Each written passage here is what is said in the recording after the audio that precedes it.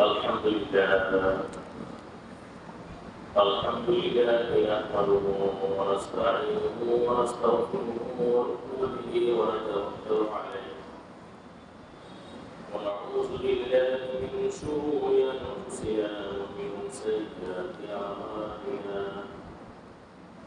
من يهده الله فلا مضل له ومن يضلل فلا هادي له واشهد ان لا اله الا الله وحده لا شريك له واشهد ان سيدنا وسندنا ومولانا محمدا عبده ورسوله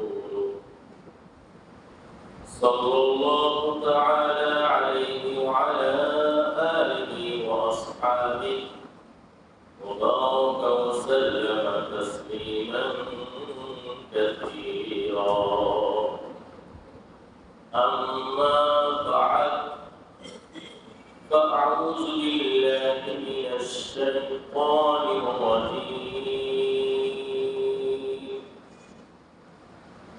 بسم الله الرحمن الرحيم ويسألونك عن الجبال فقل ينسفها ربي نسفا فيذرها قاعا صفصفا لا ترى فيها عوجا ولا أمتا يومئذ يتبعون الداعي لا عوج له وخشعت الأصوات للرحمن فلا تسمع إلا همسا يومئذ لا تنفع الشفاعة إلا من أذن له الرحمن ورضي له قولا يعلم ما بين أيديهم وما خلفهم ولا يحيطون به علما وعنت الوجوه للحي القيوم وقد خاب من حمل ظلما ومن يعمل من الصالحات وهو مؤمن فلا يخاف ظلما ولا هضما وكذلك أنزلناه قرآنا عربيا وصرفناه فيه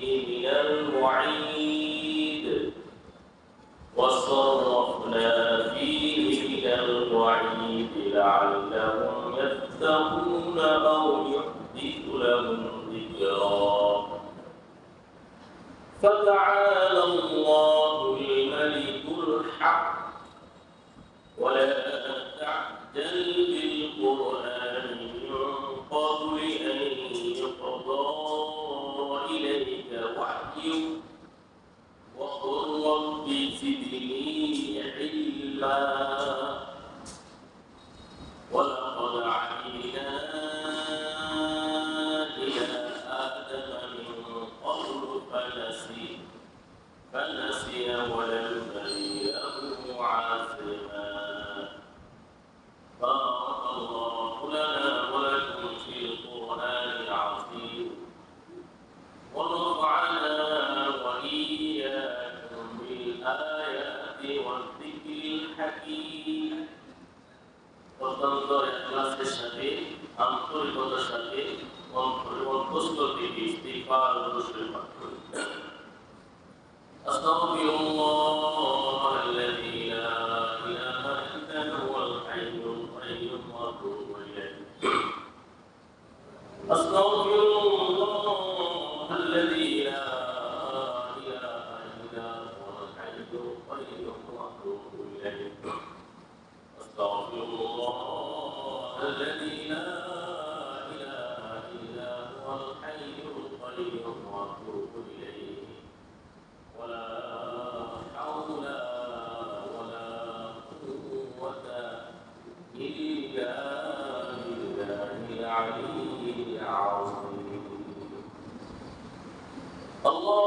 صل على محمد وعلى آل محمد كما صليت على إبراهيم وعلى آل إبراهيم إنك حميد مجيد اللهم بارك على محمد وعلى آل محمد كما باركت على إبراهيم وعلى آل إبراهيم إنك حميد مجيد اللهم صل وسلم وبارك عليه اللهم افتح علينا حكمتك وانشر علينا رحمتك يا ذا الجلال والإكرام উপস্থিত সম্মানিত সুধীবৃন্দ আল্লাহ তাআলার অশেষ মেহেরবানিতে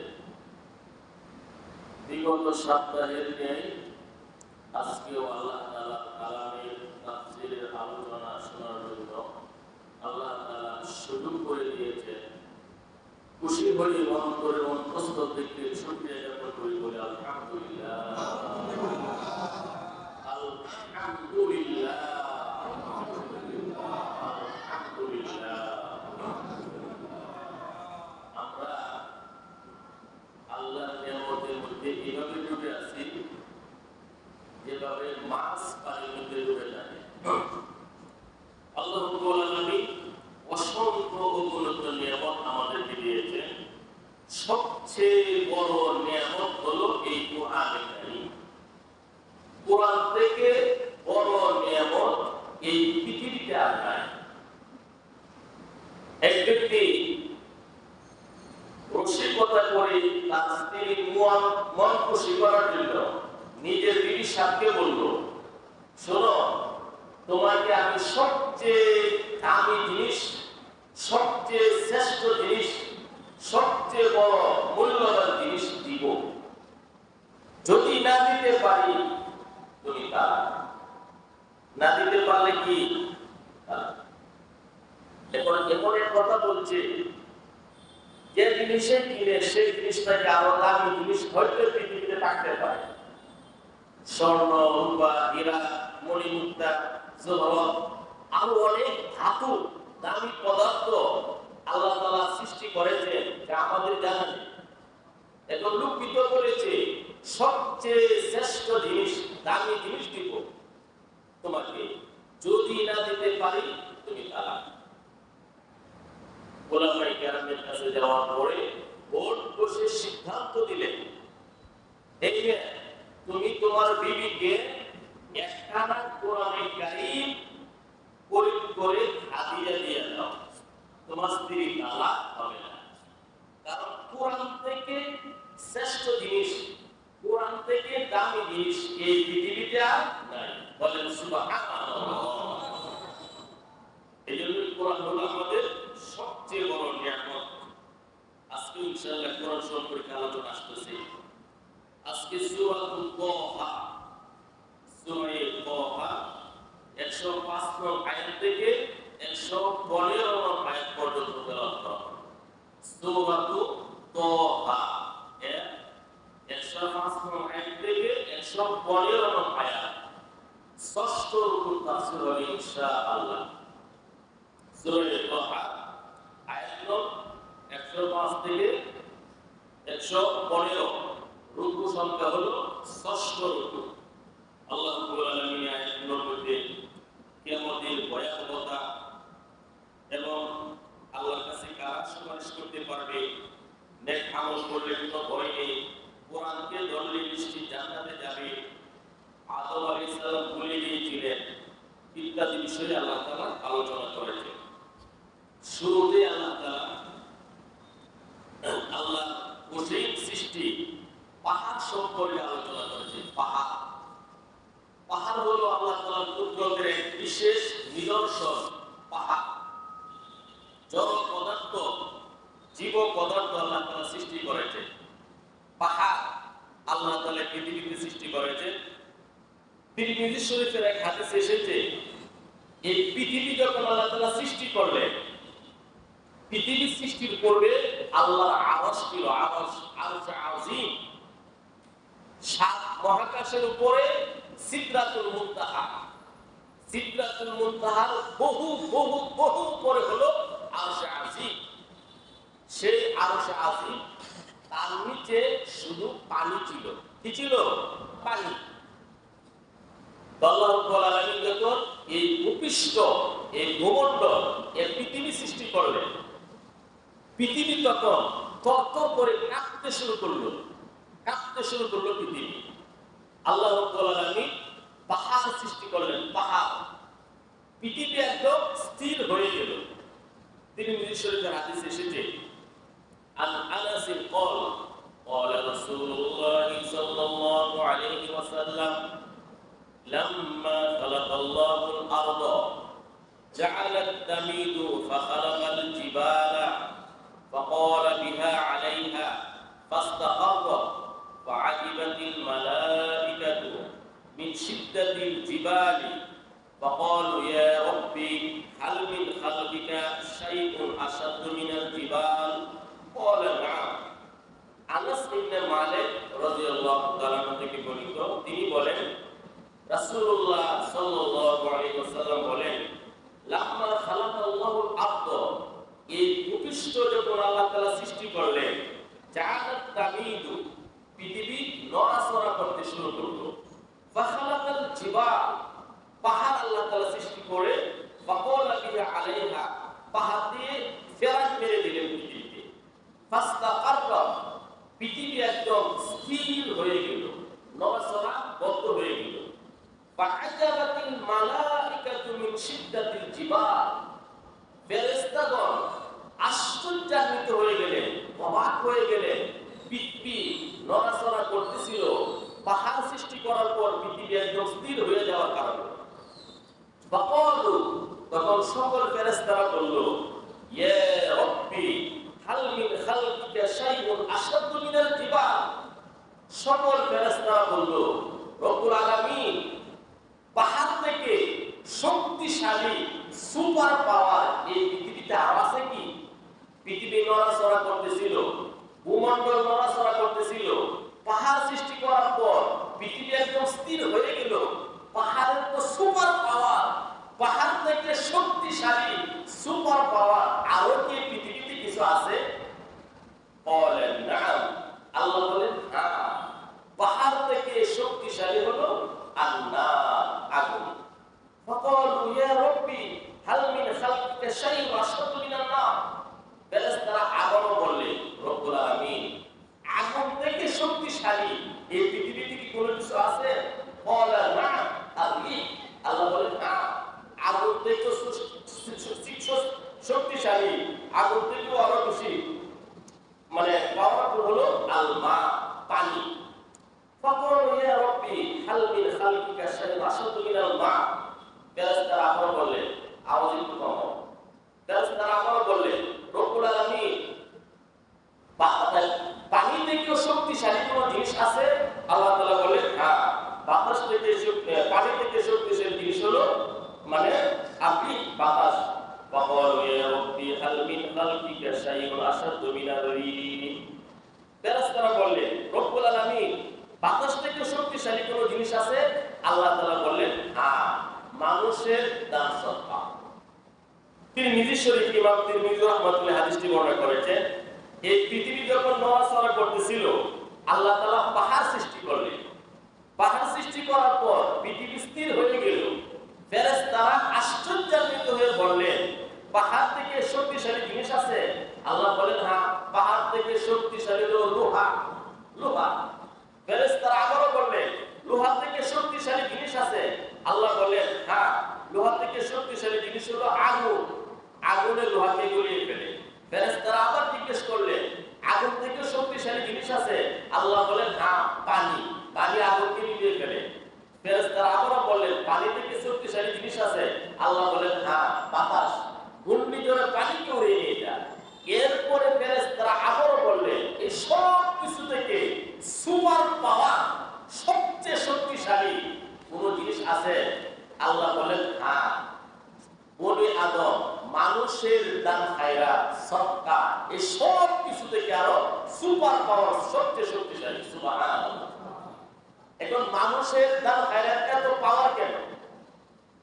ব্যাখ্যায় লেখছেন, কোন ব্যক্তির ভাগ্যে লেখা আছে সড়ক দুর্ঘটনায় মারা যাবে, সড়ক দুর্ঘটনায় সে মারা যাবে, ভাগ্যে লেখা। ঘর থেকে যখন বের হলো 5টা টাকা বা 10টা টাকা আল্লাহর জন্য সে সদকা করল। ঘর থেকে বের হওয়ার সময় 5 টাকা 10 টাকা দান করলো, সদকা করলো, তার ভাগ্যে লেখা আজকে সড়ক দুর্ঘটনায় মারা যাবে। এখন সড়ক দুর্ঘটনায় মারা যাবে এই প্রজ্ঞাপন নেই। আকাশ থেকে যখন ফেরেশতা আসে 5 টাকা বা 10 টাকা বা যতই দান করলো সদকা করলো, এই সদকা দিয়ে ওই প্রজ্ঞাপন ওই আদেশের সাথে লড়াই শুরু হয়ে যায়, যুদ্ধ শুরু হয়ে যায়। সুবহানাল্লাহ। যুদ্ধ করতে করতে ওই সিদ্ধান্তকে এই দান খায়রাতে পরিবর্তন করে রাখা যায়। এই জন্য এই সব কিছু থেকে সবচেয়ে পাওয়ারফুল হলো মানুষের সদকা, মানুষের দান খায়রাত। হাদিসের মধ্যে আসে, আল্লাহ রাসূল বলেন, হাদিসে আসছে as-সাদাকাতু তারুদ্দুল বালা, দান খায়রাতে বালা মুসিবত দূর করে দেয়। কারো মরণ ব্যাধি, ক্যান্সার হয়ে গেছে, কুষ্ঠরোগ হয়ে গেছে, কঠিন দুরারোগ্যে সে আক্রান্ত, ডাক্তার চিকিৎসা করে সিদ্ধান্ত দিয়েছে ওই লোকের আর পৃথিবীতে কোনো ওষুধ মেডিসিন নাই, সুস্থতা লাভ করবে এমন কোনো আশঙ্কা নাই। এমন রোগী যদি হালাল পয়সা দিয়ে সদকা করে, ইনশাআল্লাহ আল্লাহ তাআলা হায়াত থাকলে আরোগ্য দান করবেন, সুস্থতা দান করবেন। এই জন্য যে কোনো মকসুদ, যে কোনো সুস্থতা, যে কোনো উদ্দেশ্য পূরণ করার জন্য সদকা করার একটা বড় ভূমিকা রয়েছে। তো সদকা করতে হবে একান্ত গোপনে, হালাল পয়সা দিয়ে একান্ত গোপনে। এই হাদিস থেকে আমরা বুঝতে পারলাম আল্লাহ তাআলা পাহাড় সৃষ্টি করেছেন।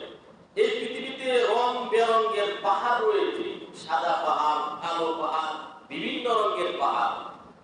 মক্কাতুল মুকাররমার মধ্যে অনেক পাহাড় আছে।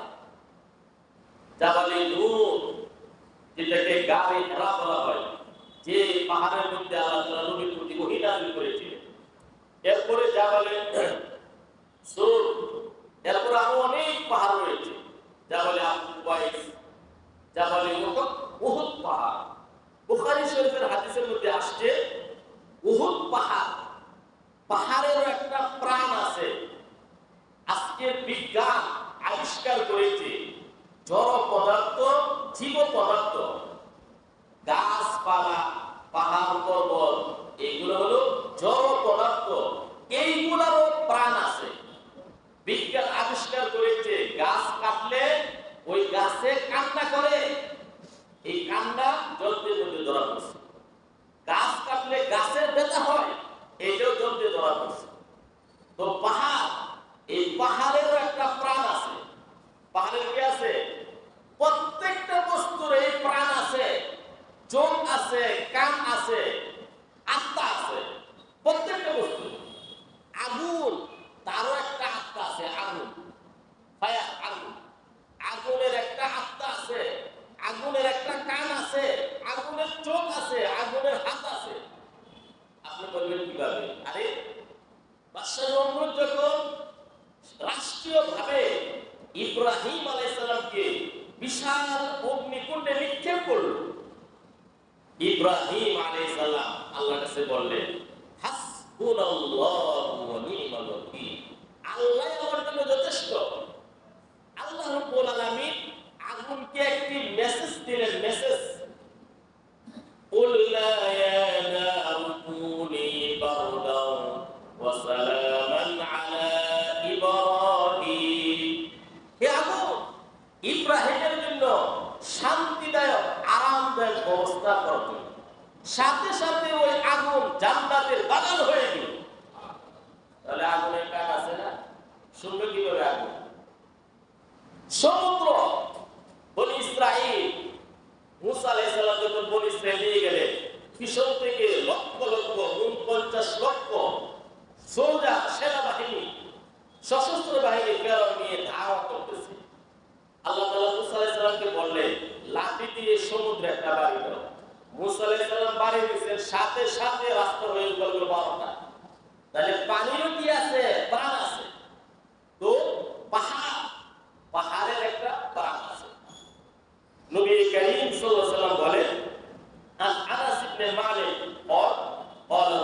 রাসূলুল্লাহ সাল্লাল্লাহু আলাইহি ওয়াসাল্লাম হাযা জাবালুন ইহিব্বুনা ওয়া নুহিব্বুহু।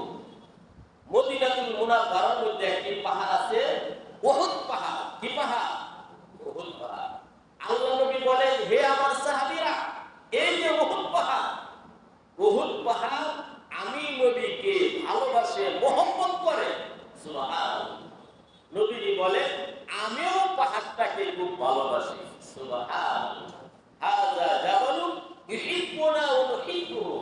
পাহাড় নবীকে ভালোবাসা, নবী পাহাড়কে কি করে? ভালোবাসে। বুখারী শরীফের আরেকটি হাদিসে এসেছে, আন আনাস ইবনে মালিক قال صعد النبي صلى الله عليه وسلم أحدا ومعه أبو بكر وعمر وعثمان فرجف بهم فضرب برجله فقال اثبت أحد بقى عليك إلى النبي وصديق أو شهيد رواه البخاري। নবী করিম সাল্লাল্লাহু আলাইহি ওয়াসাল্লাম একদিন উহুদ পাহাড়ের মধ্যে উঠলেন। নবীর সাথে আবু বকর সিদ্দিক রাদিয়াল্লাহু তাআলা, ওমর রাদিয়াল্লাহু তাআলা, উসমান রাদিয়াল্লাহু তাআলা। পাহাড়ের উপর মহান ব্যক্তি, আল্লাহর পরে যার মর্যাদা, নবী করিম সাল্লাল্লাহু আলাইহি ওয়াসাল্লাম, আবু বকর, ওমর, উসমান রাদিয়াল্লাহু তাআলা, এই বড় বড় বয়োবৃদ্ধ, জ্ঞানবৃদ্ধ মহান সাহাবীরা যখন উহুদ পাহাড়ের মধ্যে উঠল, উহুদ পাহাড় আনন্দে উদ্বেলিত হয়ে, আনন্দে আত্মহারা হয়ে উহুদ পাহাড় নড়াচড়া করতে শুরু করল। উহুদ পাহাড় কি করতে শুরু করলো? নড়াচড়া করতে শুরু করলো। আল্লাহ নবী পা দিয়ে একটা ধাক্কা দিলেন, পা দিয়ে নবীজি ধমক দিলেন, উসকুত উহুদ, হে উহুদ তুমি স্থির হও, তোমার উপরে নবী আছেন, সিদ্দিক আছেন, শহীদ আছেন। তখন উহুদ পাহাড়টি নীরব হয়ে গেল। কি হয়ে গেল? তাহলে বুঝে গেল উহুদ পাহাড়েরও প্রাণ আছে। কি আছে? নবী করিম সাল্লাল্লাহু আলাইহি ওয়াসাল্লাম বুখারী শরীফের 916 নম্বর হাদিস, বুখারী শরীফের 916 নম্বর হাদিস আসছে, নবী করিম সাল্লাল্লাহু আলাইহি ওয়াসাল্লাম মসজিদে নববীতে খুতবা দেওয়ার সময় মরা খেজুর গাছের মধ্যে হেলান দিয়ে খুতবা দিতেন। মরা খেজুর গাছ, নবীর কুটি ছিল, সেই কুটিতে হেলান দিয়ে নবীজি খুতবা দিতেন। এক মহিলা নবীজিকে একটি মিম্বার, এই মিম্বার উপহার দিলেন। জুমার দিন এই মিম্বার যখন মসজিদে নববীতে আনা হলো এবং খেজুর গাছের কুটি মসজিদ থেকে দূরে বাহিরে রাখা হলো, নবীজি যখন মিম্বারে দাঁড়িয়ে খুতবা শুরু করলেন, বাহিরে এই মরা খেজুর গাছের কুটি হাওমাও করে কাঁদা শুরু করে। আল্লাহু আকবার। মানুষ যেভাবে কাঁদে, এইভাবে খেজুরের কুটি কি কাঁদতে শুরু করলো।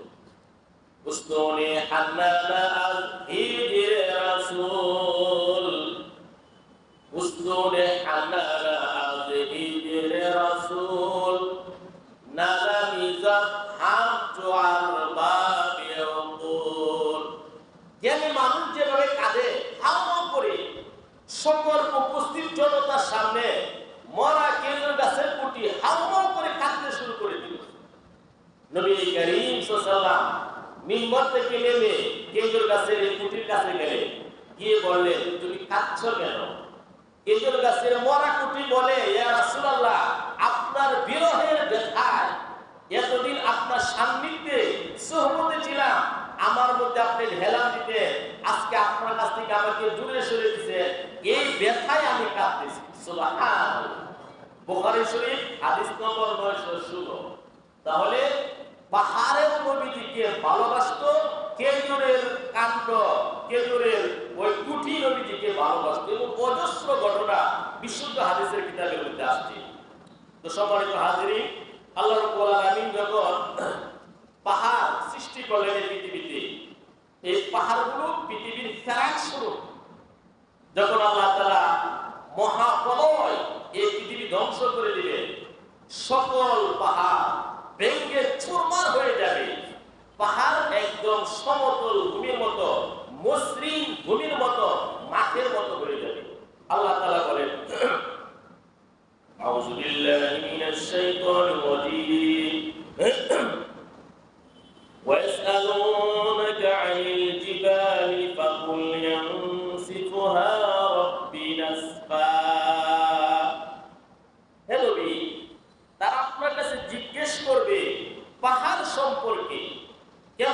ময়দানে কিয়ামতের সময় পাহাড়গুলোর কি অবস্থা হবে? ফাকুল ইয়ানসিফুহা রাব্বি নাসফা, এর ব্যাপারে বলো আমার প্রতিপালক এই পাহাড়গুলোকে কত বিক্ষিপ্ত আল্লাহ তাআলা বিক্ষিপ্ত করে আল্লাহ তাআলা এগুলোকে উড়িয়ে দিবেন।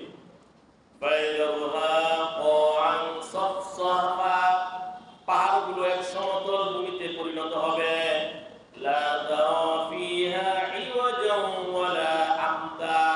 কোনটা নিচু কোনটা উঁচু এমন হবে না। সারা পৃথিবীর পাহাড়গুলো একদম সমতল হয়ে যাবে, মসৃণ হয়ে যাবে। পাহাড় যেখানে ছিল তা বোঝাও যাবে না। কিয়ামতের সময় আল্লাহ তাআলা পাথরের পাহাড়গুলোকে এভাবে ধ্বংস করে কত বিক্ষত করে বিক্ষিপ্ত করে উড়িয়ে দিবেন। এই পৃথিবীটাকে আল্লাহ তাআলা এক সমতল ভূমিতে পরিণত করবেন। يومئذ يتبعون الداعي لا عوج له وخشعت الأصوات للرحمن فلا تسمع إلا همسا। সেদিন হাসরের কঠিন ময়দানে সকল মানুষ আহ্বানকারীর অনুসরণ করবে, ইসরাফিল আলাইহিস সালামের অনুসরণ করবে, কোনো বক্র পথে চলবে না। ওয়াখাশাতিল আসওয়াতু লিররহমান, দয়াময় আল্লাহর জন্য সকল আওয়াজ শব্দ স্তব্ধ হয়ে যাবে। ফালা তাসমাউ ইল্লা হামসা, মৃদু আওয়াজ ছাড়া ওই দিন কোনো আওয়াজ শোনা যাবে না। ইসরাফিল আলাইহিস সালাম প্রথম সিংহায় ফুৎকার করে সারা পৃথিবী ধ্বংস করে দিবে, সব ধ্বংস হয়ে যাবে। আকাশ বাতাস পাহাড় পর্বত গাছপালা নদী নালা এ সব ধ্বংস হয়ে যাবে। সারা পৃথিবী ভূমণ্ডল একটা মসৃণ এক সমান সমান সারা পৃথিবী হয়ে যাবে, কোথাও উঁচু নিচু থাকবে না। এরপরে ইসরাফিল আলাইহিস সালাম আবার ফুৎকার করবেন। যত মানুষ মাটির নিচে ছিল সবাই কবর থেকে উঠবে, উঠে নির্ধারিত হাসরের মাঠে সবাই চলতে থাকবে। মনে হবে প্রত্যেকের যেন জানা কোথায় হাসরের মাঠ। সবাই একদিকে উলঙ্গ হয়ে বিবস্ত্র হয়ে জুতা ছাড়া কতনাবিহীন সবাই হাসরের মাঠে যাবে, কেউ আঁকাবাঁকা চলবে না। আল্লাহ তাআলা বলে যে ইসরাফিল আলাইহিস সালাম যখন শিখাই দিবেন কবর থেকে সবাই উঠে ওই হাসরের মাঠের দিকে যাবে। কোন ধরনের শব্দ, কোন সাউন্ড, কোন আওয়াজ কেউ করবে না, শুধু পায়ের মৃদু শব্দ শোনা যাবে। ভয়ে আতঙ্কগ্রস্ত থাকবে, বিভীষিকাময় পরিস্থিতি, সবাই উলঙ্গ, সবাই খতনাবিহীন জুতাবিহীন, আওয়াজ হবে না। তখন পায়ের যে মৃদু শব্দ, এই শব্দটা শুধু হবে। হাসরের মাঠে যাওয়ার পরে আল্লাহ রাব্বুল আলামিন বিভিন্ন পর্যায়ে আল্লাহ তাআলা বিচার শুরু করবেন। এরপর আল্লাহ তাআলা বলেন ইয়াউমাইযিন লা তানফা'ু আশ-শাফা'আতু ইল্লা মান আযিনা লাহু আর-রাহমানু ওয়া রাদিয়া লাহু কাওলা। সেদিন হাসরের কঠিন ময়দানে সুপারিশ করার ক্ষমতা সেই পাবে যাকে দয়াময় আল্লাহ অনুমতি দিবেন এবং যার কথায় আল্লাহ তাআলা সন্তুষ্ট, যার কালিমা আল্লাহর কাছে গ্রহণযোগ্য হয়ে গেছে, যার ঈমান আল্লাহর কাছে গ্রহণযোগ্য হয়ে গেছে, যার কথা আল্লাহ তাআলার কাছে সন্তুষ্ট, আল্লাহ তাআলা সন্তুষ্ট হয়ে যাবেন, যার প্রতি আল্লাহ তাআলা রাজি এবং খুশি হবে, আল্লাহ তাআলা তাদেরকে একমাত্র সুপারিশ করার অনুমতি দান করবেন। আল্লাহ রাব্বুল আলামিন হাসরের কঠিন ময়দানে সুপারিশের বিভিন্ন পর্যায়ে রাখবেন। এইজন্য আল্লাহ তাআলা বলেন ইয়াউমাইযিন লা তানফা'ু আশ-শাফা'আতু ইল্লা মান আযিনা লাহুর রাহমান। আল্লাহ তাআলা যাদেরকে অনুমতি দিবেন তারা একমাত্র শাফাআত সুপারিশ করতে পারবে। তো হাসরের কঠিন ময়দানে কারা কারা সুপারিশ করবে? কিয়ামতের দিন যাদের সুপারিশ কবুল করা হবে, এক নম্বর হলো আমাদের বিশ্বনবী সরকারে দুজাহান মুহাম্মদ রাসূলুল্লাহ সাল্লাল্লাহু আলাইহি ওয়াসাল্লাম। আমাদের নবী যে আমাদের জন্য সুপারিশ করবে, আমাদের নবী আমাদেরকে সুপারিশ করে করে জান্নাতে নিয়ে যাবে। হাদিসের মধ্যে আসছে রাসূল কারীম সাল্লাল্লাহু আলাইহি সাল্লাম আল্লাহ তাআলা যখন মহা ক্রোধান্বিত রাগান্বিত, আল্লাহ তাআলার দয়া যেমন অসীম, আল্লাহর রাগ আল্লাহর ক্রোধ অনেক অসীম। আল্লাহ তাআলা এক পর্যায়ে হাসরের কঠিন ময়দানে এত রাগান্বিত এত ক্রোধান্বিত হবে, আল্লাহ ক্রোধে রাগে বলবে লিমানিল মুলকুল ইয়াউম, লিমানিল মুলকুল ইয়াউম, আজকের দিনের রাজত্ব কার? পৃথিবীতে কত রাজা বাদশা ছিল, কত দাম্ভিকতা অহংকার কত কিছু করেছিল, আজকে রাজত্ব কার? লিমানিল মুলকুল ইয়াউম, আজকের দিনের রাজত্ব কার? সবাই নীরব নিস্তব্ধতায়। আল্লাহ নিজেই বলবেন লিল্লাহিল ওয়াহিদিল কাহ্হার, মহাপরাক্রান্ত একক সত্তা আল্লাহই সকল রাজত্বের একক মালিক। এই রাগান্বিত অবস্থায় আল্লাহ নবী বলে আল্লাহ তাআলা আমার অন্তরে আল্লাহর প্রশংসা করার জন্য কিছু বাক্য আল্লাহ তাআলা আমাকে দান করবে, ভাষা দান করবে, যেটা এখন আল্লাহ আমাকে দান করেন।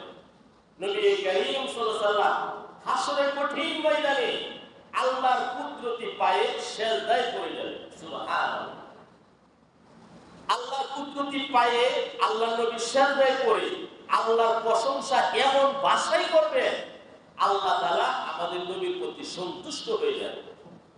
আল্লাহ বলবেন হে নবী আপনি মাথা তুলুন, আপনি বলেন কি বলবেন, যা বলবেন তাই গ্রহণ করা হবে, যে সুপারিশই করেন ওই সুপারিশ আমি গ্রহণ করব, আপনি বলেন। নবী কারীম সাল্লাল্লাহু আলাইহি ওয়াসাল্লাম বলেন আমার এই উম্মতে যাদের অন্তরে জাররা পরিমাণ অনু পরিমাণ সামান্যতম ঈমান থাকবে প্রত্যেককে সুপারিশ করে আমি জান্নাতে নিয়ে যাব। সুবহানাল্লাহ, এজন্য প্রত্যেক কালিমাওয়ালা ঈমানদারদেরকে নবীজি সুপারিশ করে কোথায় নিয়ে যাবে? জান্নাতে নিয়ে যাবে। এরপরে সকল নবী রাসূলগণ সুপারিশ করবে, প্রত্যেক নবী তাদের অনুসারী কওম জাতিকে সুপারিশ করে জান্নাতে নিয়ে যাবে। আল্লাহ তাআলা ফেরেশতাদেরকে সুপারিশ করার একটা সুযোগ দিবেন। ফেরেশতা, এখানে কি ফেরেশতা নাই? হাদিসের ভাষায় অসংখ্য ফেরেশতা। কেমন ফেরেশতা? এক শ্রেণীর ফেরেশতা তো চতুর্দিকে আমাদেরকে বেষ্টন করে রাখছে, আমাদের উপর বৃষ্টির মতো এখন রহমত নাযিল করতেছে। যখন এই তাফসীর শেষ হয়ে যাবে আল্লাহ সব জানে, এরপর আল্লাহ তাআলা বলবেন দক্ষিণ রেলগেট জামে মসজিদে কিশোরগঞ্জে তোমরা সেখান থেকে এসেছো, কি দেখেছো?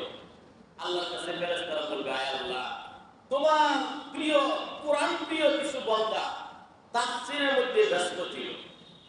আল্লাহ বলবে তারা কি চায়? ফেরেশতারা বলবেন আয় আল্লাহ তারা জান্নাত চায়, জাহান্নাম থেকে আশ্রয় চায়। আল্লাহ বলবেন জান্নাত কি দেখেছে? ফেরেশতারা বলবেন না দেখে নাই, যদি দেখতো আরো বেশি চাইতো। জাহান্নাম কি দেখেছে? ফেরেশতারা বলবেন না দেখে নাই, যদি দেখতো আরো বেশি জাহান্নাম থেকে আশ্রয় চাইতো। তো আল্লাহ রাব্বুল আলামিন তখন বলবেন শোনো হুমুল কওমু, বুখারী শরীফের হাদিস, হুমুল কওমু লা ইয়াশকা বিহিম জালিসুহুম, তাফসীরে যারা বসে তারা সমাজের মধ্যে এত ভালো মানুষ, এত জ্ঞানী মানুষ, এত আদর্শ মানুষ, তাফসীরের লোকদের সাথে যারা বসে তারা কোনো সময় বঞ্চিত হবে না, মাহরুম হবে না। সুবহানাল্লাহ, মুসলিম শরীফের এক হাদিস আসছে সবাইকে আল্লাহ তাআলা মাফ করে দিবেন। তখন এক ফেরেশতা আল্লাহর কাছে অভিযোগ করবে রব্বুল আলামিন তাফসীরের মধ্যে অমুক একজন ব্যক্তি বসছিল, তার অন্য কাজ ছিল আসছিল, এইজন্য সে বসে গেছে। হুয়া রাজুলুন খাত্তাউন, সে তো মহাপাপী, অনেক গুনাহ করেছে। আল্লাহ তাআলা বলবেন আমি তাকেও মাফ করে দেব। অন্য হাদিসে আসছে আমরা যতক্ষণ বসে থাকবো আল্লাহর পক্ষ থেকে আমাদের প্রত্যেকের নাম ধরে ধরে আল্লাহর কাছে বলতেছে আল্লাহুম্মা গফির লাহু, আল্লাহুম্মা আরহামহু, আল্লাহুম্মা তুব আলাইহি। আল্লাহ আল্লাহুম্মা আরহামহু, আল্লাহ তার প্রতি তুমি দয়া করো, আল্লাহুম্মা মাগফির লাহু, আল্লাহ তাকে তুমি মাফ করে দাও। আল্লাহুম্মা তুব আলাইহি, আল্লাহ তার তওবা তুমি কবুল করো। আমার কথা, আপনার কথা, আমাদের সবার নাম ধরে ধরে ফেরেশতারা আল্লাহর কাছে বলতেছে। কার কাছে বলতেছে? যে ফেরেশতারা আমাদের প্রত্যেকের জন্য আল্লাহর কাছে এভাবে দোয়া করতেছে, তাদের দোয়া, ফেরেশতাদের মুনাজাত অবশ্যই আল্লাহ কবুল করবে। অবশ্যই কি করবে? কবুল করবে। তো ফেরেশতারা আমাদের জন্য শাফাআত করবে, সুপারিশ করবে। নূরের সৃষ্টি ফেরেশতারা আমাদের প্রত্যেকের জন্য কোন কারণে যদি আমরা বিপদে পড়ে যাই, আল্লাহ তাআলা ফেরেশতাদেরকে সুযোগ দিবেন, হে ফেরেশতারা। ফেরেশতা বলবে, ফেরেশতার কাছে রেকর্ড আছে। আজকে যে আমরা তাফসিরে আছি, আমরা যে প্রতি সপ্তাহে তাফসিরে বসি, বিভিন্ন আমল করি, মসজিদে আসি, ফেরেশতাদের কাছে রেকর্ড আছে না? কি বলে? ভিডিও আছে না? অডিও ভিডিও ফেরেশতাদের কাছে নাই নাকি? আজকের দুনিয়ার যত অত্যাধুনিক প্রযুক্তির অডিও ভিডিও, এর চেয়ে বেশি অডিও ভিডিও আল্লাহর কাছে আছে। কার কাছে আছে? কারণ আল্লাহ তাআলা সূরা ইসার প্রথম আয়াতে বলেছেন, ইন্নাল্লাহা কানা আলাইকুম রাকীবা। আল্লাহ তাআলা তোমাদের পর্যবেক্ষণ, মনিটরিং করছেন। আমাদের সারাটা জীবন আল্লাহর সিসি ক্যামেরার দ্বারা এটা রেকর্ড হচ্ছে, মনিটরিং হচ্ছে। তাহলে আমরা যে আজকে আল্লাহর তাফসীরের জন্য আমরা বসা, আল্লাহর কালামের মহব্বতে আল্লাহর সিসি ক্যামেরার মধ্যে আছে না? তখন এই রিপোর্ট অনুযায়ী ফেরেশতারা আল্লাহর কাছে বলবে, আল্লাহ, না অমুক ব্যক্তি তো দক্ষিণ রেলগেট জামে মসজিদে অমুক তারিখে তাফসীরে বসছিল। আল্লাহ, আমি ফেরেশতা তার জন্য সুপারিশ করছি। আল্লাহ তাআলা তার সুপারিশ করে জান্নাতে দিবেন। বলেন সুবহানাল্লাহ। ফেরেশতাদের পরে শহীদরা সুপারিশ করবে। শহীদগণ আল্লাহর দ্বীন প্রতিষ্ঠা করার জন্য, দ্বীনের জন্য যারা প্রাণ উৎসর্গ করেছে, জীবন উৎসর্গ করেছে, ওই শহীদগণ সুপারিশ করার অধিকার রাখবে। তাদের সুপারিশ আল্লাহ তাআলা কবুল করবে। মা বাবার জন্য, পিতা মাতার জন্য নাবালেগ সন্তান যদি মারা যায়, নাবালেগ সন্তান সুপারিশ করে পিতা মাতাকে জান্নাতে নিয়ে যাবে। সুবহানাল্লাহ। মানুষ বয়স্ক, প্রাপ্তবয়স্ক নারী পুরুষের জন্য আমরা জানাজার মধ্যে একটা দোয়া করি, আল্লাহুম্মা গফির লানা, আল্লাহুম্মা গফির লিহাইয়িনা ওয়া মাইয়িতিনা ওয়া শাহিদিনা ওয়া গায়িবিনা।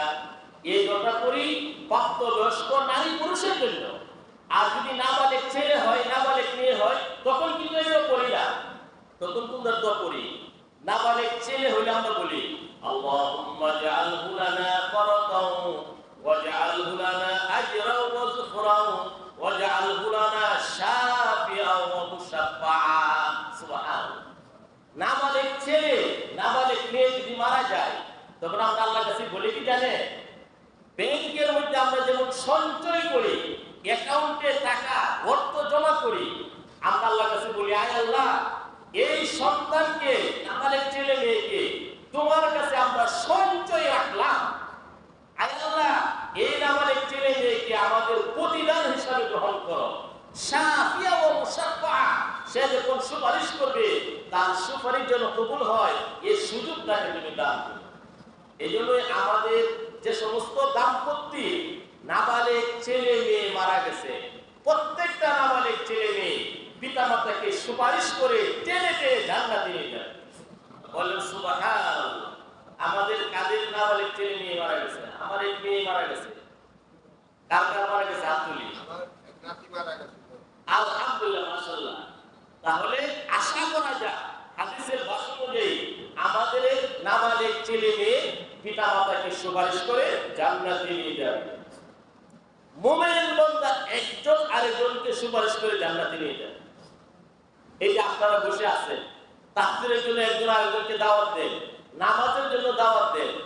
একজন যদি কোনো বিপদে পড়ে যায়, হাসরের কঠিন ময়দানে বলবে, আব্দুল মান্নান খান সাহেব তো কোথায় দেখতেছি না, তখন আরেকজনের সুপারিশ করে জান্নাতে নিয়ে যাবে।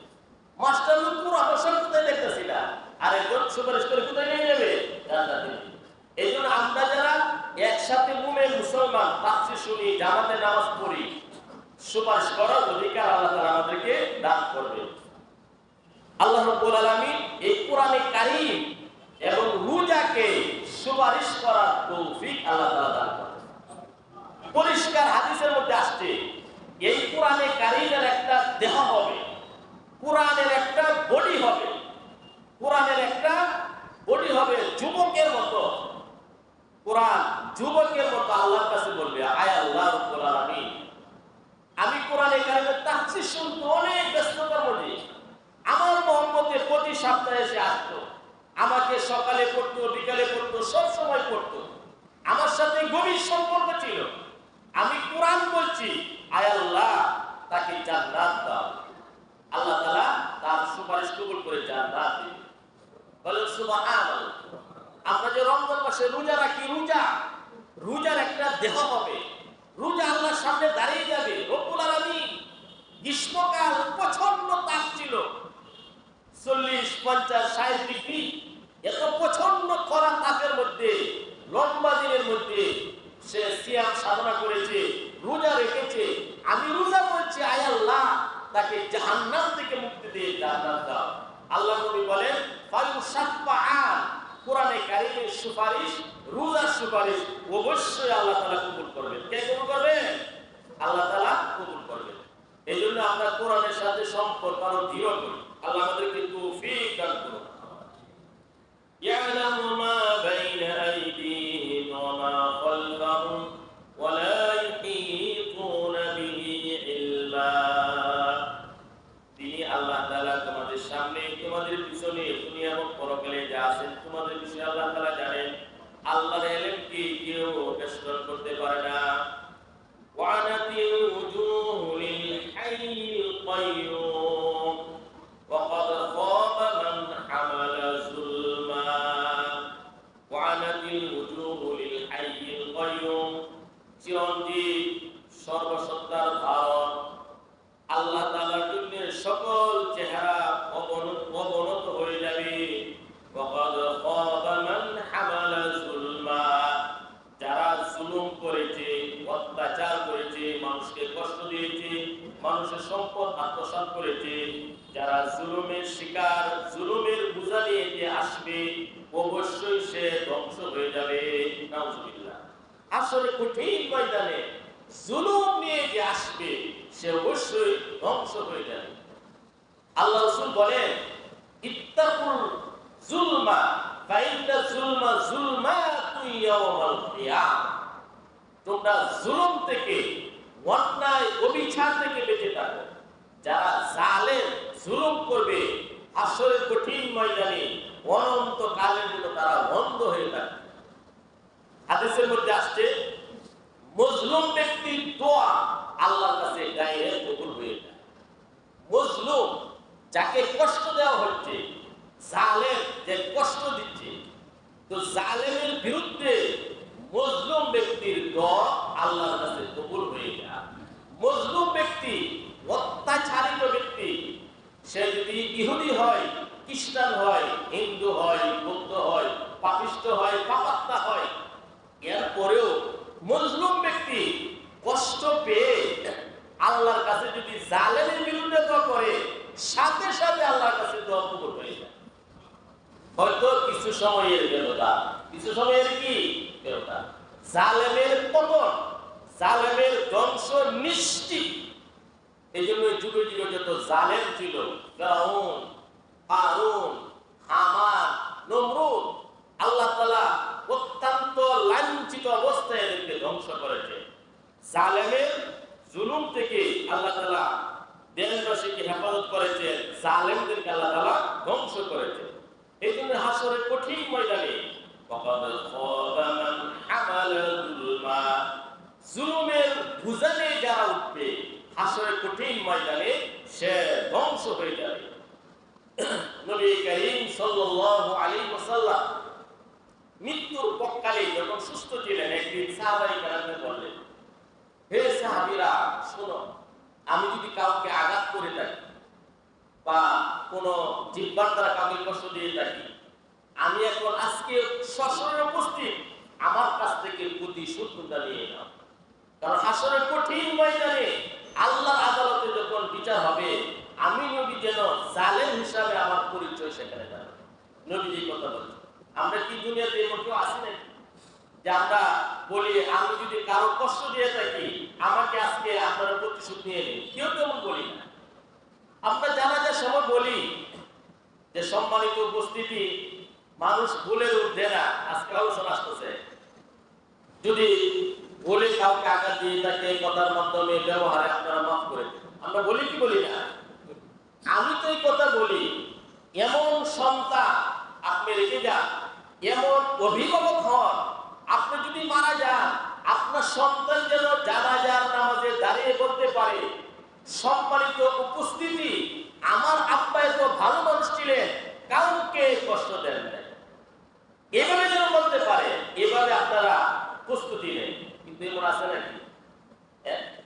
আসলে তো আমাদের এমন উচিত, আমরা যদি কাউকে কষ্ট দিয়ে থাকি, কারোর কাছ থেকে ঋণ নিয়ে থাকি, দোকান থেকে কারোর কাছ থেকে কোনোভাবে আত্মসাৎ করে থাকি, এই সবগুলো পরিশোধ করে পরিষ্কার পরিচ্ছন্ন থাকা, যেন আমি জুলুমের শিকার না হই। এরপর আল্লাহ তাআলা বলেন, وَمَن يَعْمَلْ مِنَ الصَّالِحَاتِ وَهُوَ مُؤْمِنٌ فَلَا يَخَافُ ظُلْمًا وَلَا هَضْمًا وَمَن يَعْمَلْ مِنَ الصَّالِحَاتِ অতএব যারা নেক আমল করবে وَهُوَ مُؤْمِنٌ এমন অবস্থায় যে সে মুমিন, فَلَا يَخَافُ ظُلْمًا وَلَا هَضْمًا সে জুলুম এবং ক্ষতির কোনো আশঙ্কা তার থাকবে না। নেক আমল যারা করবে তার কোনো ক্ষতির আশঙ্কা থাকবে না, জুলুমেরও আশঙ্কা থাকবে না।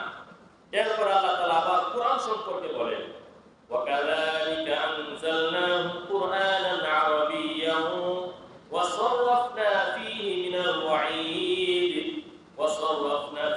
مِنَ الْوَعِيدِ لَعَلَّهُمْ يَتَّقُونَ أَوْ يُحْدِثُ لَهُمْ ذِكْرًا وَكَذَلِكَ أَنزَلْنَاهُ এভাবে আমি কোরআনকে নাযিল করেছি কুরআনান আরাবিয়ান, আরবি ভাষায়।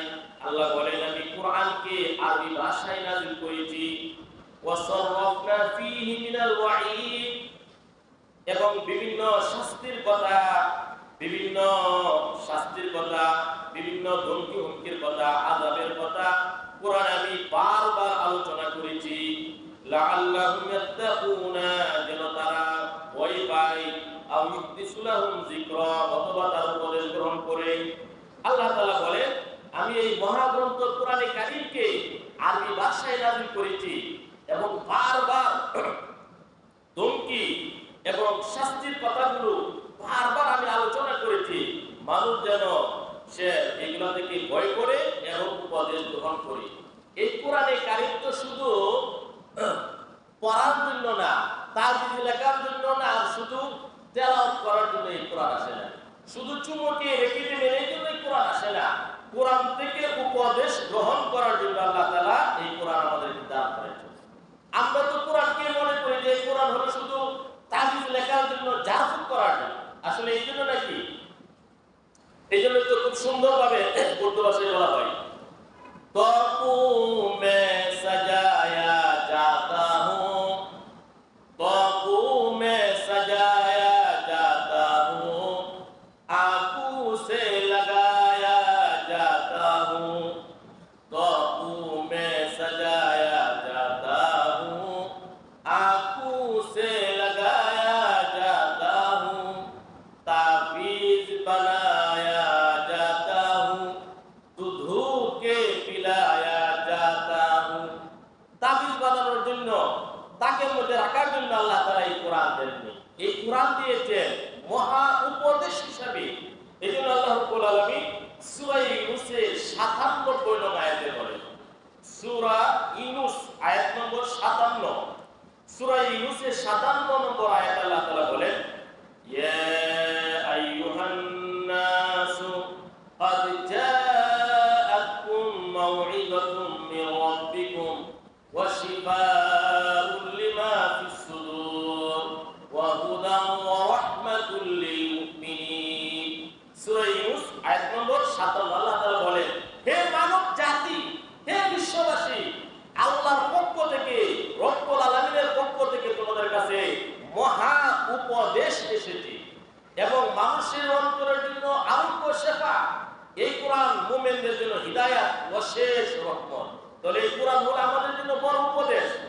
আল্লাহ তাআলা সূরা নিসার 82 নম্বর আয়াতে বলেন, সূরা নিসা আয়াত নম্বর 82, আফালা ইয়াতাদাব্বারুনাল কুরআন আফালা ইয়াতাদাব্বারুনাল কুরআন ওয়ালাউ কানা মিন ইনদি গায়রিল্লাহি লাওয়াজাদু ফীহি ইখতিলাফান কাসীরা।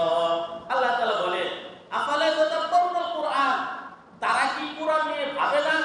এটা কিন্তু সব মানুষকে আল্লাহ তাআলা বলছেন। এই সমাজের মানুষগুলো তারা কোরআন নিয়ে কেন ভাবে না, কেন চিন্তা ফিকির করে না? কোরআনে আল্লাহ তাআলা যা বলেছে এই কোরআন নিয়ে তারা কেন গবেষণা করে না, কেন ভাবে না? আফালা ইয়াতাদাব্বারুনাল কুরআন, সমাজের মানুষগুলো কোরআন নিয়ে কেন তাদাব্বুর, চিন্তা গবেষণা কেন করে না? সূরা সাদের 29 নম্বর আয়াতে আল্লাহ তাআলা বলেন, কিতাবুন আনজালনাহু ইলাইকা মুবারাকুন লিয়াদাব্বারু আয়াতিহি ওয়া লিয়াতাযাক্কারা উলুল আলবাব। আল্লাহ বলেন, এই কোরআন হলো মহা বরকতময়, এজন্য আমি প্রেরণ করেছি, নাযিল করেছি, যেন আয়াতগুলো মানুষ তাদাব্বুর করে, গবেষণা করে এবং জ্ঞানীগণ যেন এই কোরআন থেকে উপদেশ গ্রহণ করে। এইজন্যই কোরআন থেকে উপদেশ গ্রহণ করতে হবে, কোরআন নিয়ে চিন্তা ভাবনা করতে হবে, তাহলে কোরআন আমাদের পক্ষে সুপারিশ করবে।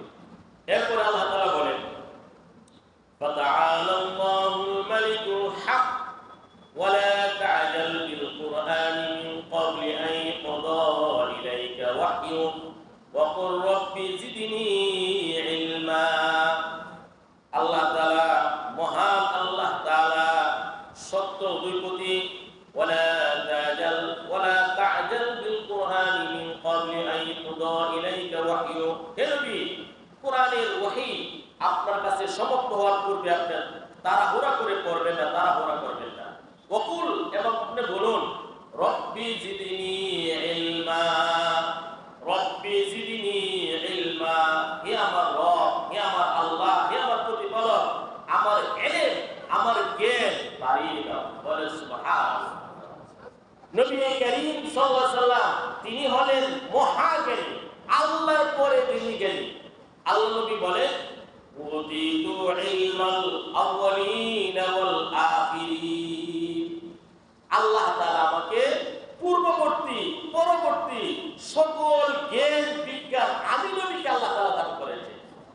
সকল জ্ঞানের ভান্ডার আল্লাহ তাআলা নবীকে আল্লাহ তাআলা দান করেছিলেন। এরপরেও আল্লাহ তাআলা বলেন, ওয়াকুল, হে নবী আপনি আমার কাছে বলুন, রব্বি জিদনি ইলমা, রব্বি জিদনি ইলমা, রব্বি জিদনি ইলমা। হে আমার রব আল্লাহ, হে আমার প্রতিপালক, আমার ইলম, আমার জ্ঞান বাড়িয়ে দাও। সুবহানাল্লাহ। আল্লাহর কাছে সবচেয়ে প্রিয় হলো ইলম। এইজন্যই আল্লাহর নবীকে কোন বিষয়ে কথা বলা হয় নাই যে হে নবী আল্লাহর কাছে বলেন, আয় আল্লাহ আমার অমুক জিনিস বাড়িয়ে দাও। একমাত্র ইলম, জ্ঞানের ব্যাপারে আল্লাহ তাআলা নবীকে আদেশ করেছেন, হে নবী আপনার জ্ঞান, আপনার ইলম যেন বৃদ্ধি পায়, এইজন্য আমার কাছে দোয়া করুন, রব্বি জিদনি ইলমা। এইজন্য আমাদের সন্তানাদিকে আমরা এই আয়াতটি বেশি বেশি দোয়া হিসেবে শিক্ষা দেই। এই আয়াতটি পড়লে মেধা বাড়ে, স্মরণ শক্তি বৃদ্ধি পায়। আপনারা আপনাদের সন্তানাদি এদেরকে শিক্ষা দিবেন, এই আয়াতটি যেন বেশি বেশি পড়ে। রব্বি জিদনি ইলমা, রব্বি জিদনি ইলমা, হে আমার রব আমার ইলম বাড়িয়ে দাও, জ্ঞান বাড়িয়ে দাও। ইলম হলো আল্লাহর একটা সিফত। ইলম দুনিয়ার যত উপায় উপকরণ সব হলো একটা থেকে আরেকটি কিভাবে উপকৃত হতে পারে। দুনিয়ার যত আসবাব, উপায় উপকরণ আছে, আজকের বিজ্ঞান আবিষ্কার করে এই সৃষ্টি থেকে কিভাবে উপকৃত হতে পারে এটা আবিষ্কার করেছে। বিদ্যুতের পাকা, বিদ্যুতের লাইন, এগুলো আবিষ্কার করছে। বিদ্যুৎ থেকে, বিদ্যুৎ একটা সৃষ্টি, বিদ্যুৎ থেকে মানুষ কিভাবে সৃষ্টি, কিভাবে উপকৃত হতে পারে। মানুষ, মোবাইল একটা সৃষ্টি, আবিষ্কার করেছে মোবাইলের দ্বারা মানুষ কিভাবে উপকৃত হতে পারে। তো দুনিয়ার যত সৃষ্টিজীব আছে, বিজ্ঞানের এত উন্নতির যুগে আবিষ্কার করেছে একটি সৃষ্টি আরেকটি সৃষ্টির উপকার করার জন্য। আর এলেম আল্লাহ তাআলা নবীদের মাধ্যমে এই দুনিয়াতে দিয়েছেন। এলেমের মাধ্যমে আল্লাহর খাজানা থেকে, আল্লাহর ধনভাণ্ডার থেকে মানুষ যেন উপকৃত হতে পারে, এই জন্য আল্লাহ তাআলা এলেম দিয়েছেন। বলেন সুবহানাল্লাহ। এলেমের মাধ্যমে আকাশ থেকে, আল্লাহর ভান্ডার থেকে মানুষ উপকৃত হতে পারবে, এই জমিনে নিয়ে আসতে পারবে। এই জন্য আল্লাহ তাআলা মানুষকে এলেম দিয়েছেন। এই জন্য দোয়া হিসাবে এই আয়াতটি বেশি বেশি পড়া, রব্বি জিদনি ইলমা ওয়ালাকাদ আহিদনা ইলা আদাম মিন ক্বাবলু ফানাসিয়া ওয়া লাম নাজিদ লাহু আযমা। আল্লাহ তাআলা বলেন, আদম আলাইহিস সালামকে আমি জোর নির্দেশ দিয়েছিলাম ইতিপূর্বে, কিন্তু আদম ভুলে গেছে। দৃঢ় সংকল্প হিসাবে আমি তাকে পাইনি। আদম আলাইহিস সালামকে আল্লাহ তাআলা জান্নাতে সৃষ্টি করে রাখলেন। কোথায় রাখলেন? জান্নাতে। সাত আকাশের উপরে হলো সিদরাতুল মুনতাহা। সাত আকাশের উপরে কি? সিদরাতুল মুনতাহা। সিদরাতুল মুনতাহার পাশে হলো জান্নাতুল মাওয়া। আল্লাহ তাআলা সূরা নাজমে বলেছে, ওয়ালাকাদ রাআহু নাজলাতান উখরা ইনদা সিদরাতিল মুনতাহা ইনদাহা জান্নাতুল মাওয়া। সিদরাতুল মুনতাহার পাশে হলো জান্নাতুল মাওয়া। সেই জান্নাতুল মাওয়ার মধ্যে আল্লাহ তাআলা আদম আলাইহিস সালামকে সৃষ্টি করে রাখলেন। আদম আলাইহিস সালামের অঙ্গ থেকে হাওয়া আলাইহিস সালামকে আল্লাহ তাআলা সৃষ্টি করলেন। আগামী সপ্তাহে ঘটনা আসছে। তো আদম আলাইহিস সালাম হাওয়া আলাইহিস সালামকে আল্লাহ তাআলা বললেন, হে আদম, হে হাওয়া, এই যে জান্নাতের নাজ নেয়ামত, আনন্দ, বিনোদন, স্বাদ, তৃপ্তি, এই অভাবনীয় আয়োজন, এই সব কিছু তোমাদের জন্য বরাদ্দ। সবকিছু তোমাদের জন্য কি বরাদ্দ। আদম আলাইহিস সালাম হাওয়া আলাইহিস সালামকে আল্লাহ তাআলা বললেন, জান্নাতের অভাবনীয়, অকল্পনীয় স্বাদ, আনন্দ, বিনোদন, আহার, এই সব কিছু তোমাদের জন্য বরাদ্দ। তবে ওয়ালা তাকরাবা হাযিহি শাজারাতা ফাতাকুনা মিনাল যালিমিন। একটা বৃক্ষের দিকে ইশারা করে আল্লাহ তাআলা বললেন, এই যে বৃক্ষটি, তার ফল খাবে তো দূরের কথা, কাছেও যাবে না। কাছেও কি? আল্লাহ বললেন, জান্নাতে যা মন চায় তাই খাবে, যেখানে মন চায় সেখানেই গ্রহণ করবে, সব করতে পারবে, কোনো বাধা নেই। তবে এই যে বৃক্ষটি আছে, এই গাছের ফল খাবে তো দূরের কথা, কাছেও যাবে না। ওয়ালা তাকরাবা হাযিহি শাজারা, এই বৃক্ষের কাছেও যাবে না। যদি যাও জালেম হয়ে যাবে, তোমরা পাপিষ্ঠ পাপাত্মা হয়ে যাবে। আল্লাহ তাআলা আদেশ করলেন। চলে বলে কোলে কৌশলে শয়তান, কেডা? শয়তান গিয়া আদম আলাইহিস সালাম হাওয়া আলাইহিস সালাম কাছে বলে, শুনেন, শয়তানে বলে, আমি আল্লাহর কসম দিয়ে বলতেছি, আমি আপনাদের শুভাকাঙ্ক্ষী, শুভানুদ্দায়ী। আপনারা যদি এই গাছের ফল খান, অনন্তকাল জান্নাতে থাকতে পারেন। অনন্তকাল কি? শয়তানের এই কুমন্ত্রণার দ্বারা বাবা আদম আলাইহিস সালাম, হাওয়া আলাইহিস সালাম আল্লাহর নিষেধের কথা ভুলে গেছে। কি করছে? ভুলে গেছে। এইজন্য আল্লাহ তাআলা বলে, আমি আদমকে জোর নির্দেশ দিয়েছিলাম, কিন্তু আদম কি ভুলে গিয়েছিল। ফানাসিয়া, আদম আলাইহিস সালাম যেহেতু ভুলে গেছে, এইজন্য আদম সন্তান ভুলে যায়। আদম সন্তান কি? গত শুক্রবারে যা খেয়েছেন আজকে বলতে পারবেন নাকি? সবাই বলতে পারবে? আমরা ভুলে গেছি। আমরা কি অনেক কিছু আমরা ভুলে যাই। আবার ভুলে যাওয়াটা একটা নিয়ামত। ভুলে যাওয়াটা কি? ভুলে যাওয়াটা নিয়ামত কিভাবে? দাম্পত্যময় জীবনে স্বামী স্ত্রীর যে ঝগড়া বিবাদ, এইগুলো যদি আমরা না ভুলে যেতাম, তাহলে থাকতে পারতাম নাকি? হ্যাঁ, দাম্পত্যময় জীবনে ঝগড়া, সমাজের মধ্যে চলতে গেলে ঝগড়া, ক্লাসের মধ্যে ছাত্র শিক্ষকের ঝগড়া হয় কি হয় না? ঝগড়া বিবাদ কলহ। তো এই কথাগুলো যে আমরা রাগের কথা, ব্যথার কথা ভুলে যাই, এই ভুলে যাওয়াটাও কি একটা নিয়ামত। অনেক ক্ষেত্রে ভুলে যাওয়াটা কি নিয়ামত, আবার অনেক ক্ষেত্রে ভুলে যাওয়াটা এটা মুসিবত। তো আদম আলাইহিস সালাম ভুলে গেছেন, এই জন্য আমরা কি করি? ভুলে যাই। অনেক নবী রাসূল ভুলে গেছে, নবী কারীম সাল্লাল্লাহু আলাইহি ওয়াসাল্লাম ভুলে গেছে। নবী করিম সাল্লাল্লাহু আলাইহি ওয়াসাল্লাম নামাজ পড়াইতেছে, 4 রাকাতের মধ্যে 2 রাকাত নামাজ পড়াইছে। কয় রাকাত পড়াইছে? নামাজ কয় রাকাত? 4 রাকাত। তখন সাহাবায়ে কেরাম, এক সাহাবী ছিল জুলাইদ, তিনি বললেন, ইয়া রাসূলুল্লাহ, নামাজ কি কমে গেছে না আপনি ভুলে গেছেন? নবীজি বলেন, আমি ভুলে গেছি। এজন্য নবীজি বলেন, তোমরা যেমন ভুলে যাও আমিও যেমন ভুলে যাই। নবী রাসূল ভুলে যেতে, মানুষ ভুলে যায়। তিরমিজি শরীফের হাদিসে আসছে, আদম আলাইহিস সালামকে আল্লাহ তাআলা 1000 বছর হায়াত দিয়েছেন। কয় হাজার বছর? 1000 বছর। তো আদম আলাইহিস সালামকে হায়াত দেওয়ার পরে পৃথিবীতে যত মানুষ আসবে সবাইকে আদম আলাইহিস সালামের সামনে আল্লাহ তাআলা উপস্থাপন করলেন। আদম আলাইহিস সালাম প্রত্যেকের কপালের মধ্যে লেখা দেখলেন কার কত হায়াত, কার আয়ু কত বছর দেখে ফেললেন। দাউদ আলাইহিস সালাম তার কপালের মধ্যে লেখা ছিল 40 বছর তার আয়ু। কয় বছর? 40। এবং তার চেহারা উজ্জ্বল। দাউদ আলাইহিস সালাম আল্লাহর কাছে বললেন, আদম আলাইহিস সালাম, আয় আল্লাহ, ইনি কে? আল্লাহ বলেন, ইনি হলেন আপনার ভবিষ্যৎ প্রজন্ম দাউদ। আদম আলাইহিস সালাম বলেন, আয় আল্লাহ, তার আয়ুকাল কত? 40। আদম আলাইহিস সালাম বলেন, আয় আল্লাহ, এত কম, আমার 1000 বছর, আমার আয়ু থেকে 60 বছর আমার সন্তান দাউদকে আমি দিয়ে দিলাম। মালাকুল মউত আদম আলাইহিস সালামের যখন 940 বছর হলো, 940 হায়াত শেষ, মালাকুল মউত আদম আলাইহিস সালামের কাছে আসে। আদম আলাইহিস সালাম বলেন, আমার তো আরো 60 বছর আছে। মালাকুল মউত বলেন, কেন? আপনি যে দাউদ আলাইহিস সালামকে 60 বছর দিয়ে দিয়েছিলেন, আপনি কি জানেন না? আপনি ভুলে গেছেন। আদম আলাইহিস সালাম ভুলে গেলেন, অস্বীকার করলেন। এইজন্য মানুষ ভুলে যায়, অস্বীকার। আউয়ালুন নাসি আউয়ালুন নাস, মানে প্রথম মানুষ ভুলে গিয়েছিল, এজন্য মানুষ কি করে? ভুলে যায়। মানবিক বৈশিষ্ট্য হলো ভুলে যাওয়া।